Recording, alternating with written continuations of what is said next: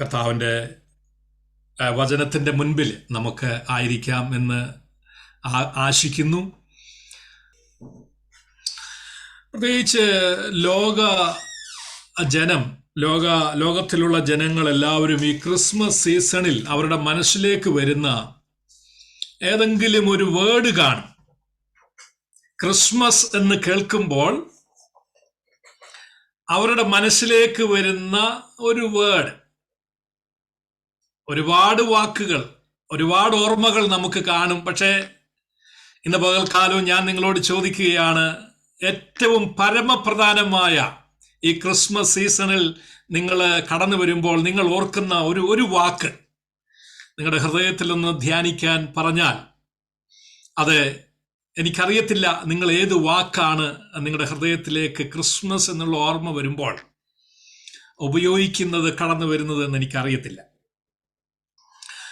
എന്നാൽ ലോകത്തെക്കുറിച്ച് നമ്മൾ ചിന്തിക്കുമ്പോൾ ഞാൻ മനസ്സിലാക്കുന്നത്, ക്രിസ്മസ് എന്ന് പറയുമ്പോൾ അവരുടെയൊക്കെ മനസ്സിൽ മനുഷ്യർ അല്ലെങ്കിൽ ലോകത്തിലുള്ള സകല മനുഷ്യരും പെട്ടെന്ന് ഓർക്കുന്ന ഒരു വേർഡ് ഗിഫ്റ്റ് എന്നാണ്. ഗിഫ്റ്റ്. അപ്പം ക്രിസ്മസ് എന്ന് പറയുമ്പോൾ Christmas is A time of giving. That means Christmas is A time of shopping. So the people have been exchanging gifts at Christmas.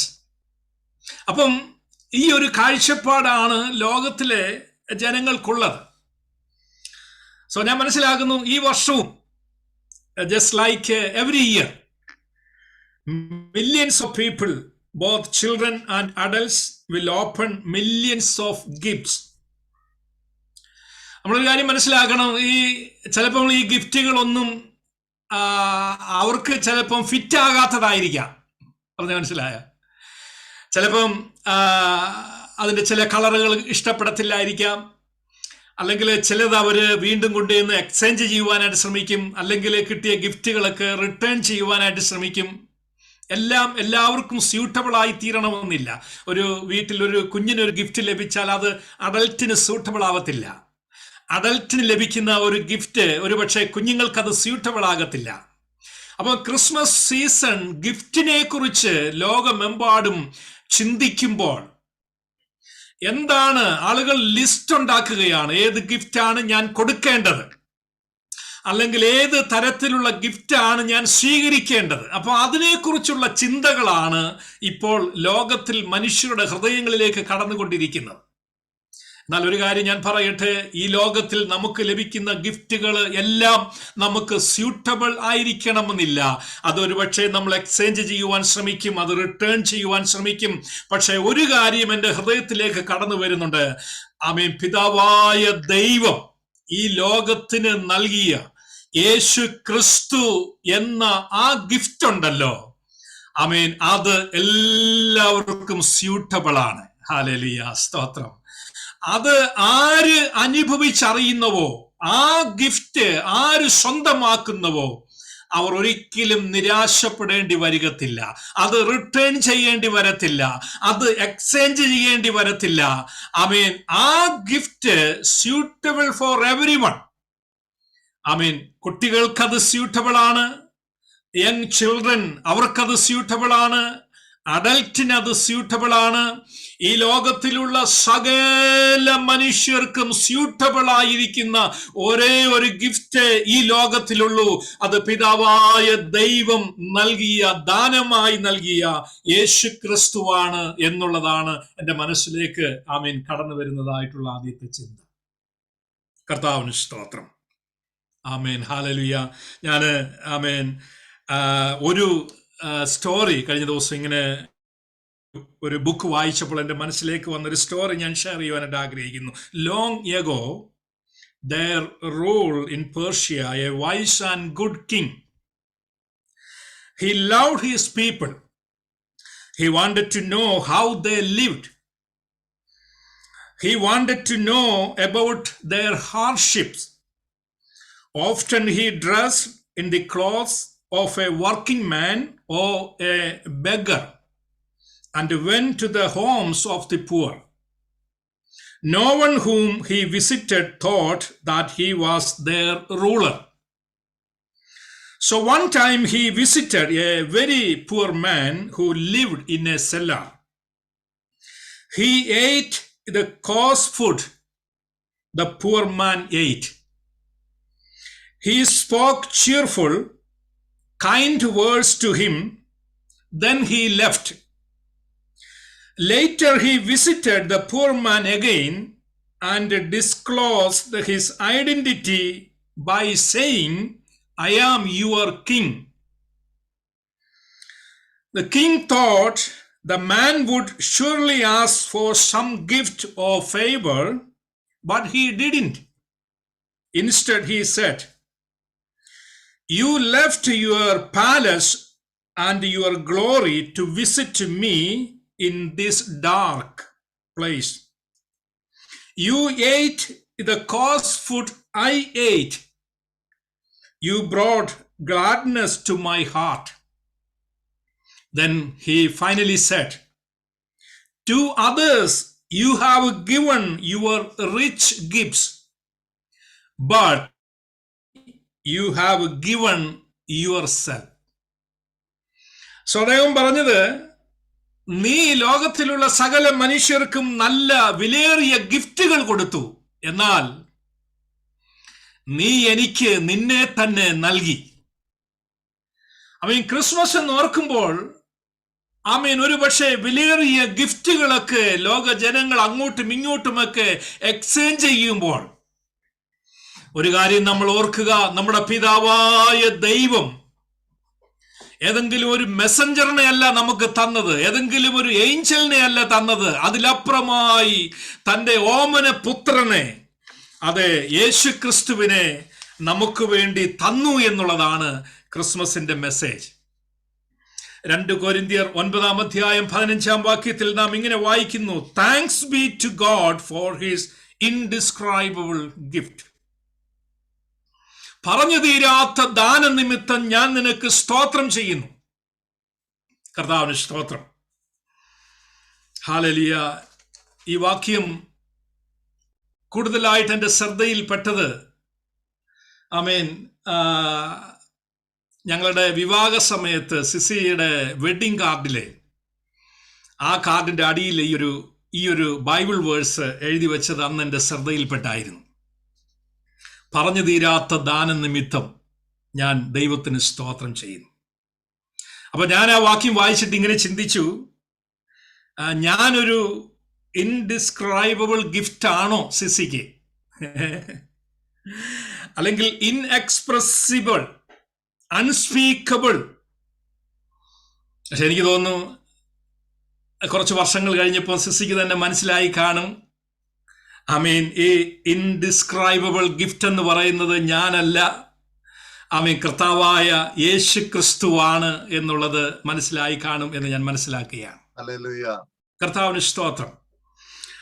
അവിടെ വിവരിക്കുവാൻ കഴിയാത്ത, ഇംഗ്ലീഷ് സ്റ്റാൻഡേർഡ് വേർഷനിൽ ഇൻഎക്സ്പ്രസിബിൾ എന്നാണ് പറയുന്നത്, KJV അൺസ്പീക്കബിൾ എന്നാണ് പറയുന്നത്, which is precious beyond words. അപ്പൊ ഒരു കാര്യം മനസ്സിലാക്കണം, അങ്ങനെ ഒരു ഗിഫ്റ്റ് ഏതാണ്? അത് കർത്താവായ യേശു ക്രിസ്തുവാണ്, അല്ലാതെ ഈ ലോകത്തിലെ ഒന്നുമല്ല ആ ഗിഫ്റ്റ് എന്ന് പറയുന്നത്.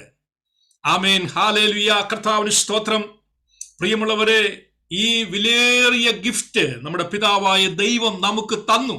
തന്റെ ഓമനപുത്രനെ നമുക്ക് വേണ്ടി അവൻ നൽകി. അതോർത്ത് നമുക്ക് ദൈവത്തിന് സ്തോത്രം ചെയ്യാം. ജോൺ 3:16 കഴിഞ്ഞ ആഴ്ചയിൽ ഡോക്ടർ വർഗീസ് അങ്കിള് ആ ഭാഗത്തെക്കുറിച്ച് സംസാരിച്ചു. For God so loved the world that he gave his one and only son, that whoever believes in him shall not perish but have eternal life.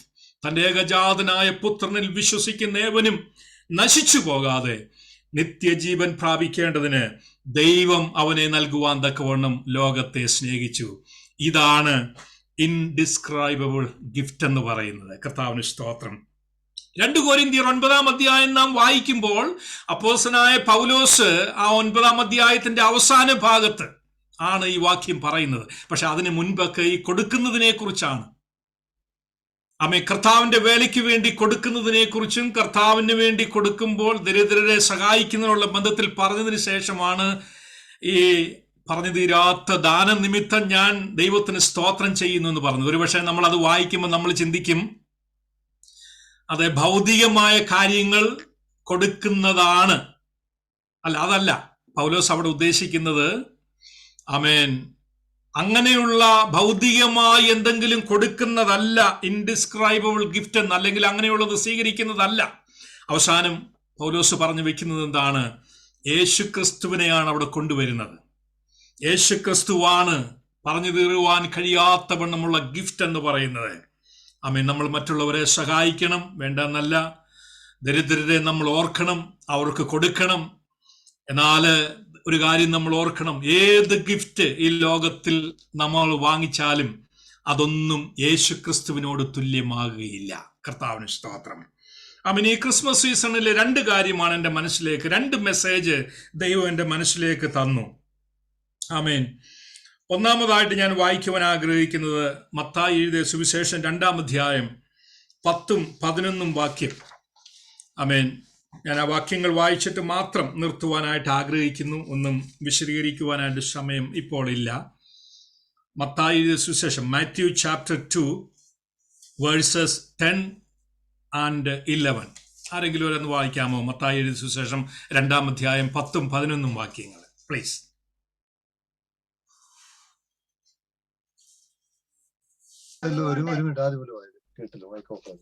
നക്ഷത്രം കണ്ടതുകൊണ്ട് അവർ അത്യന്തം സന്തോഷിച്ചു.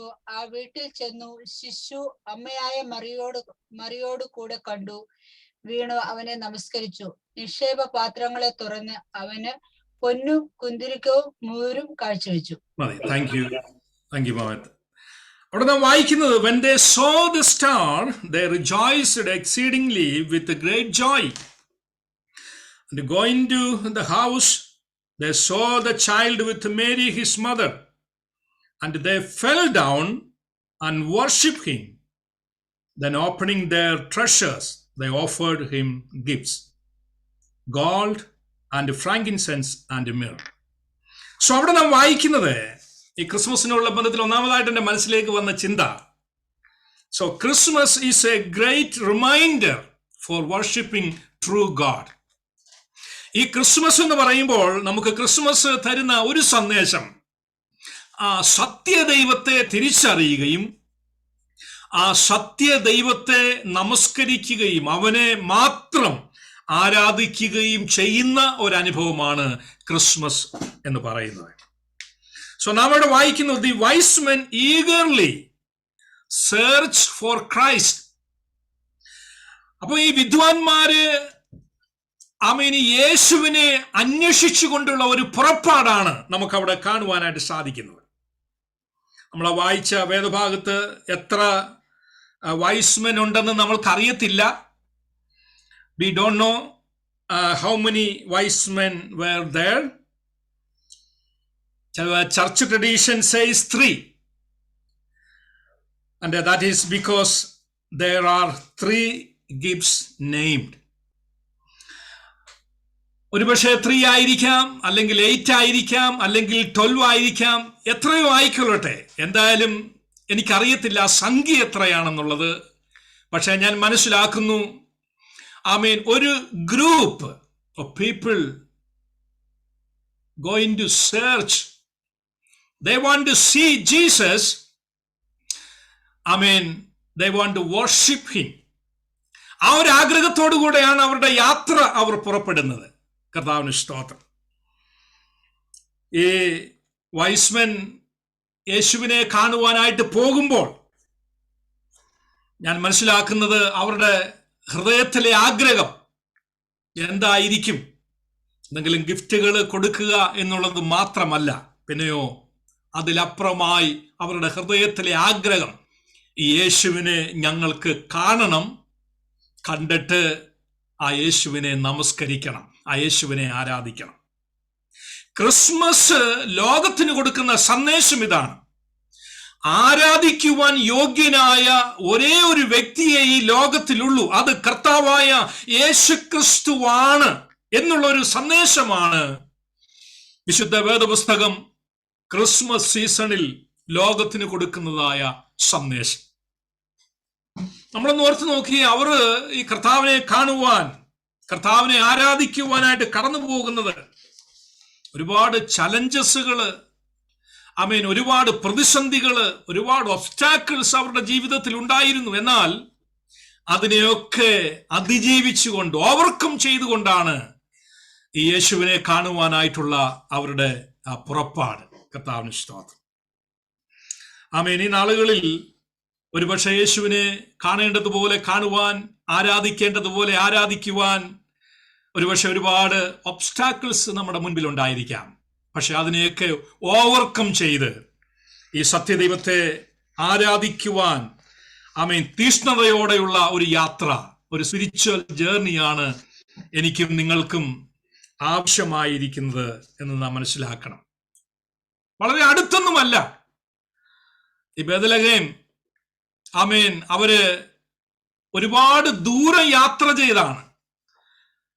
ഞാൻ ചിന്തിക്കുന്നില്ല ഒരു ദിവസം കൊണ്ട് അവിടെ അവർ എത്തിക്കാണുമെന്ന്. അവരുടെ ഒട്ടകത്തിന്മേൽ അവർ കയറി അവര് യേശുവിനെ കാണാൻ വേണ്ടി പോവുകയാണ്. ഒരുപക്ഷെ ആഴ്ചകൾ എടുത്ത് കാണും, ചിലപ്പോൾ ചില മാസങ്ങൾ എടുത്ത് കാണും അവിടെ എത്തുവാൻ. ഒരു ദിവസം കൊണ്ടോ ഒരാഴ്ച കൊണ്ടോ ഉള്ള ഒരു ജേർണി അല്ല. ഒരുപാട് പ്രതിസന്ധികൾ അവരുടെ ജേർണിയിൽ ഉണ്ടായിരുന്നു. ഒന്നാമത് നമ്മൾ മനസ്സിലാക്കണം, ലോങ് ഡിസ്റ്റൻസ്, ഒരു വലിയ ദൂരം അവരുടെ മുൻപിലുണ്ട് യേശുവിനെ കാണുവാൻ. രണ്ടാമത് നമ്മൾ മനസ്സിലാക്കേണ്ടത് അൺനോൺ പ്ലേസ്, അവർക്ക് അറിയത്തില്ല ആ സ്ഥലം എവിടെയാണെന്ന്. മൂന്നാമതായിട്ട് നാം മനസ്സിലാക്കണം, യെരുശലേമിൽ യേശുവിനെതിരായി പ്രവർത്തിക്കുന്ന വലിയൊരു ഗ്രൂപ്പ് അവിടെയുണ്ട്. അപ്പൊ ഈ മൂന്ന് പ്രതിസന്ധികളെയും കടന്നുകൊണ്ടാണ് ഈ വിദ്വാൻമാർ, ഈ വൈസ്മെൻ യേശുവിനെ കാണുവാനായിട്ട് പോകുന്നത്. ദൂരം അവർക്കൊരു തടസ്സമല്ല, അറിയപ്പെടാത്ത ഒരു സ്ഥലമാണ്, അതവർക്കൊരു തടസ്സമല്ല. യേശുവിനെതിരായി പ്രവർത്തിക്കുന്ന ഒരു ഗ്രൂപ്പ് യെരുശലേമിലുണ്ട്, അതൊന്നും അവർക്ക് തടസ്സമല്ല. അവരുടെ ഹൃദയത്തിലെ ആഗ്രഹം അവർക്ക് യേശുവിനെ കാണണം എന്നുള്ളതായിരുന്നു. കർത്താവിന് സ്തോത്രം. അതുകൊണ്ട് പ്രിയമുള്ളവരെ, എന്തെല്ലാം തടസ്സങ്ങൾ, എന്തെല്ലാം പ്രതികൂലങ്ങൾ, കോവിഡ് ആയിക്കൊള്ളട്ടെ, മറ്റ് പ്രതിസന്ധികളായിക്കൊള്ളട്ടെ, പെർസിക്യൂഷൻ ആയിക്കൊള്ളട്ടെ, ഏതെല്ലാം തടസ്സങ്ങൾ നമ്മുടെ മുൻപിൽ ഉണ്ടെങ്കിലും ആ യേശുവിനെ കാണുവാൻ, അവനെ ആരാധിക്കുവാൻ ഒരാഗ്രഹം നമ്മുടെ ഹൃദയത്തിൽ ഉണ്ടെങ്കിൽ ആ തടസ്സങ്ങളൊന്നും അതിനെ ബാധിക്കാതെ വണ്ണം നമ്മുടെ ആത്മീയ യാത്ര മുൻപോട്ട് നയിക്കുവാൻ സ്വർഗത്തിലെ ദൈവം നമ്മൾക്ക് കൃപ തരും. ഈ വൈസ്മനിന്റെ, ഞാൻ പറഞ്ഞല്ലോ, അൺനോൺ ലൊക്കേഷൻ, അറിയപ്പെടാത്തൊരു സ്ഥലത്തിലേക്ക് അവർ യാത്രയാകുന്നത്. പക്ഷെ അവർക്കൊരു ഡിവൈൻ GPS ഉണ്ടായിരുന്നു. ആ ഡിവൈൻ GPS എന്ന് പറയുന്നത് ആ സ്റ്റാർ ആയിരുന്നു.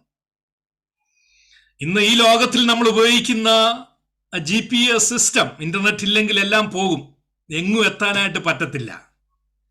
പക്ഷേ ഇന്റർനെറ്റ് ഇല്ലാത്ത യുഗത്തിൽ സ്വർഗത്തിലെ ദൈവം കൊടുത്ത ഒരു ഡിവൈൻ GPS, ആ ഒരു ഡിവൈൻ നാവിഗേറ്റർ, അതേ ആ സ്റ്റാർ അറിയപ്പെടാത്ത ആ സ്ഥലത്ത് അവരെ കൊണ്ടെത്തിക്കുകയാണ്.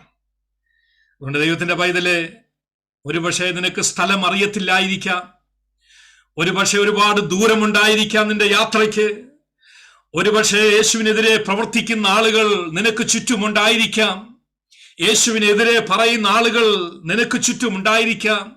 ഒരുപക്ഷെ നമ്മുടെ വർക്ക് പ്ലേസിൽ കണ്ടേക്കാം, നമ്മുടെ സിറ്റിയിൽ കണ്ടേക്കാം, നമ്മുടെ നെയ്ബേഴ്സ് കണ്ടേക്കാം. എന്നാൽ ഒരു കാര്യം ഇന്ന് പകൽക്കാലം മറന്നു പോകരുത്, നമ്മെ ബലപ്പെടുത്തുവാൻ, ആ യേശുവിനെ ആരാധിക്കുവാൻ, കാണേണ്ടതുപോലെ കാണുവാൻ ആ യേശു നമ്മെ സഹായിക്കുന്നവനാണ് എന്നുള്ളതാണ് എനിക്കൊന്നാമതായിട്ട് പറയുവാനായിട്ടുള്ളത്. ഞാൻ അടുത്ത പോയിന്റിലേക്ക് പോവുകയാണ്, സമയമില്ലാത്തത് കൊണ്ട്. ഒന്ന്, ക്രിസ്മസ് നമുക്ക് തരുന്ന സന്ദേശം. Christmas is a great reminder for worshipping true God. നമ്മൾ നോക്കിക്കോണം, ഈ വിദ്വാൻമാർ അവിടെ ചെന്നിട്ട് യേശുവിനെ കണ്ട്, അവിടെ നാം വായിച്ചല്ലോ, they fell down.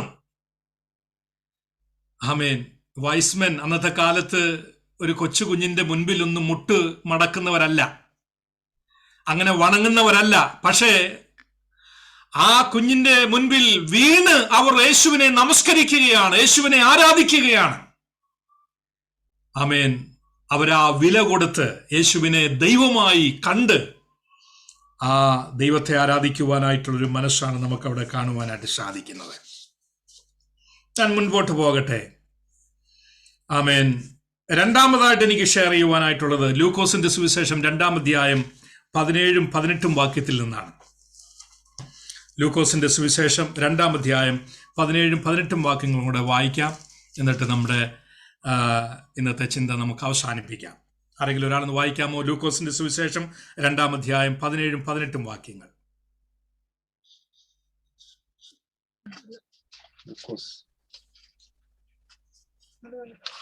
കണ്ട ശേഷം ഈ പൈതലിനെ കുറിച്ച് തങ്ങളോട് പറഞ്ഞ വാക്ക് അറിയിച്ചു.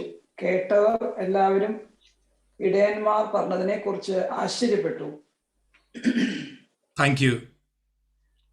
So when they had seen him, they spread the word concerning what had been told them about this child, and all who heard it were amazed at what the shepherds said to them.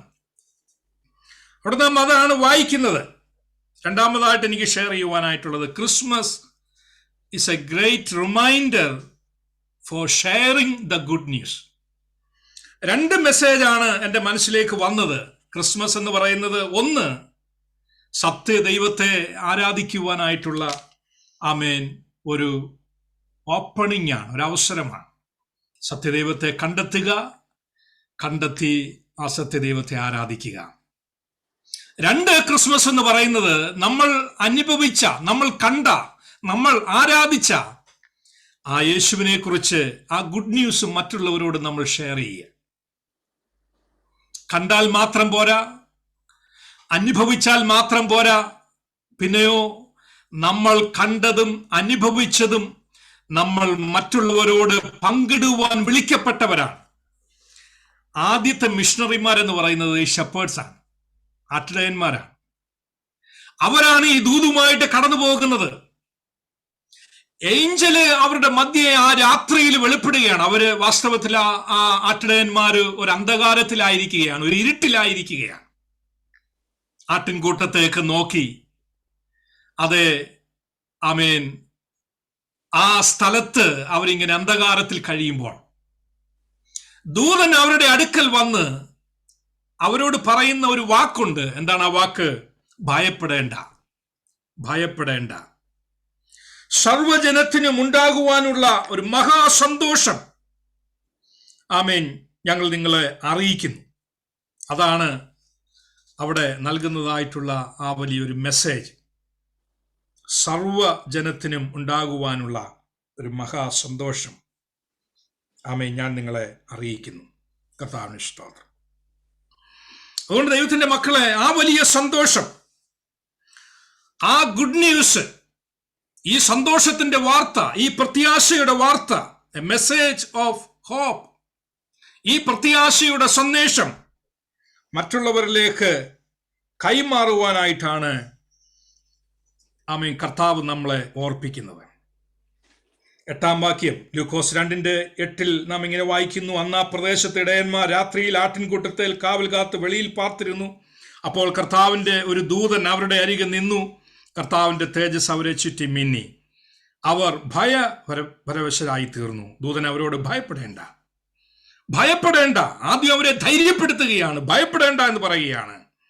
എന്നിട്ട് പറയുന്നു, കർത്താവായ ക്രിസ്തു എന്ന രക്ഷിതാവ് ഇന്ന് ദാവീദിന്റെ പട്ടണത്തിൽ നിങ്ങൾക്കായി ജനിച്ചിരിക്കുന്നു. കർത്താവിന് സ്തോത്രം.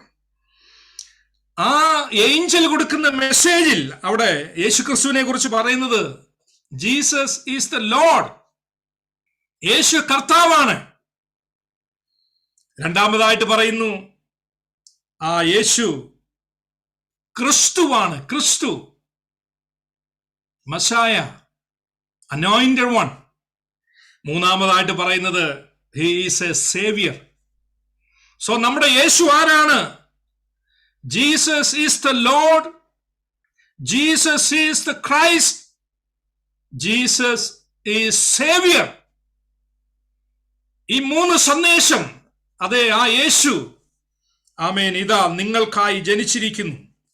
ആ വാർത്ത കേട്ടുടനെ അവരും ആ യേശുവിനെ കാണാനായിട്ട് പോവുകയാണ്. കണ്ടിട്ട് അവരോട് പറഞ്ഞ ദൂത് അവിടെ ചെന്ന് അവരെ അറിയിക്കുകയാണ്. ദൈവത്തിന്റെ പൈതലെ, ആ ഷെപ്പേഴ്സിന് ആ ഒരു ഭാഗ്യം ലഭിച്ചു. ഈ ദൂത് കേൾക്കുവാൻ, ആ ദൂത് കേട്ടത് ചെന്ന് കാണുവാൻ, കണ്ടിട്ട് ഈ ഗുഡ് ന്യൂസ് അവരോട് ഷെയർ ചെയ്യുവാനുള്ള ഭാഗ്യം അവർക്ക് ലഭിക്കുകയുണ്ടായി. അതുകൊണ്ട് നമ്മൾ ആ ഭാഗ്യം ലഭിച്ചവരാണ്, നമ്മൾ അത് കണ്ടവരാണ്, അത് അനുഭവിച്ചവരാണ്. അതുകൊണ്ട് ഈ ക്രിസ്മസ് സീസണിൽ ഒരു തീരുമാനം നമുക്കെടുക്കാം. ഇന്ന് രക്ഷയുടെ അനുഭവത്തിൽ കടന്നു വരാതെ, സമാധാനമില്ലാതെ, പ്രത്യാശയില്ലാതെ, നിരാശയിൽ ആയിരക്കണക്കിന്, ലക്ഷക്കണക്കിന്, കോടിക്കണക്കിന് ജനങ്ങൾ ഈ ലോകത്തിൽ കഴിയുമ്പോൾ നമ്മളായിരിക്കുന്ന മേഖലകളിൽ ഈ ഗുഡ് ന്യൂസ് ഷെയർ ചെയ്യുവാൻ ഷെപ്പേഴ്സ് മിഷണറിയായി തീർന്നതുപോലെ, ആമേൻ, നമ്മളായിരിക്കുന്ന മേഖലകളിൽ ഒരു മിഷണറിയായി നമ്മുടെ ജോലിയോടുള്ള ബന്ധത്തിൽ, കുടുംബജീവിതത്തോടുള്ള ബന്ധത്തിൽ ഒരു വാക്കിലെങ്കിലും യേശുവിനെ സാക്ഷിക്കുവാൻ നമ്മുടെ കമ്മ്യൂണിറ്റിയിൽ, നമ്മുടെ സിറ്റിയിൽ, നമ്മുടെ വർക്ക് പ്ലേസിൽ നമുക്ക് കഴിയുന്നുവെങ്കിൽ അത് ഏറ്റവും ഭാഗ്യകരമായിട്ടുള്ള ഒരവസ്ഥയാണ്. ദൈവം നമ്മെ അതിനായിട്ട് സഹായിക്കട്ടെ. ആമേൻ. ഈ UK രാജ്യം തന്നെ ഒരു ക്രിസ്ത്യൻ രാജ്യമായിരുന്നു, 100% ക്രിസ്ത്യൻ രാജ്യമായിരുന്നു. ആമേൻ. ഷായിച്ചാൻ കഴിഞ്ഞ ദിവസം ഒരു ന്യൂസ് എനിക്ക് ഷെയർ ചെയ്തു. അതില് വർഷങ്ങൾക്ക് മുമ്പുള്ളൊരു കണക്ക് പറഞ്ഞത് UK-യിൽ 50% ക്രിസ്ത്യൻസേ ഉള്ളൂ. പക്ഷെ ഇപ്പോൾ അതിലും കുറഞ്ഞിട്ടുണ്ട്. അവർക്ക് ഈ ഡാറ്റ കിട്ടുന്നത് ഏത് റിലീജിയനാണെന്ന് ചോദിക്കുമ്പോൾ ക്രിസ്ത്യൻ എന്ന് എഴുതുന്ന ആളുകൾ ഇപ്പോൾ 50% താഴെയായിരിക്കുന്നു. 100% ക്രിസ്ത്യൻ എന്ന് എഴുതിക്കൊണ്ടിരുന്ന ഈ രാജ്യത്ത് ഇന്ന് 50% താഴെയായെങ്കിൽ ഈ പ്രത്യാശയുടെ സന്ദേശം അത് എത്രയോ പേർക്ക് അത് നാശത്തിന് കാരണമാകുന്നു, അല്ലെങ്കിൽ അത് നാശത്തിലേക്ക്, അത് കേൾക്കാൻ കഴിയാത്തത് കൊണ്ട് അവർ നാശത്തിലേക്ക് പോയിക്കൊണ്ടിരിക്കുന്നു. എന്നാൽ ഈ പ്രത്യാശയുടെ സന്ദേശം, ഈ സമാധാനത്തിന്റെ സന്ദേശം, ഈ സന്തോഷത്തിന്റെ സന്ദേശം കേൾക്കുകയും അത് കാണുവാൻ ആഗ്രഹിക്കുകയും ചെയ്യുന്നവർക്ക് അത് അനുഗ്രഹമായി മാറും. അതുകൊണ്ട് ഈ നാളുകളിൽ നമുക്കതിൻ്റെ വാഹകരായി മാറാം. ഈ സന്ദേശം മറ്റുള്ളവരോട് പറയുവാൻ, ഈ ഗുഡ് ന്യൂസ് മറ്റുള്ളവരോട് ഷെയർ ചെയ്യുവാൻ വലിയവനായ ദൈവം നമ്മെ സഹായിക്കട്ടെ. ഈ ക്രിസ്മസ് സീസണിൽ നമുക്കൊരു തീരുമാനമെടുക്കാം. 2 കാര്യമാണ് ഞാൻ പറയുവാൻ ശ്രമിച്ചത്. ഒന്ന്, ക്രിസ്മസ് അത് നമുക്കൊരു വെളിപ്പാട് തരികയാണ്, സത്യദൈവത്തെ കണ്ട് ആ സത്യദൈവത്തെ ആരാധിക്കുവാനായിട്ടുള്ള ഒരു പുറപ്പെടൽ, ഒരു യാത്ര.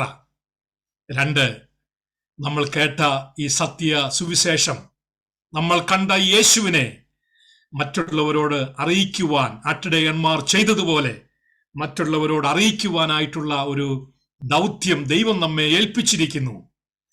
അതിനുവേണ്ടി നമ്മുടെ ജീവിതങ്ങളെ നമുക്ക് സമർപ്പിക്കാം. വലിയവനായ ദൈവം ഈ വചനത്താൽ നമ്മെ എല്ലാവരെയും അനുഗ്രഹിക്കുമാറാകട്ടെ. ആമേൻ.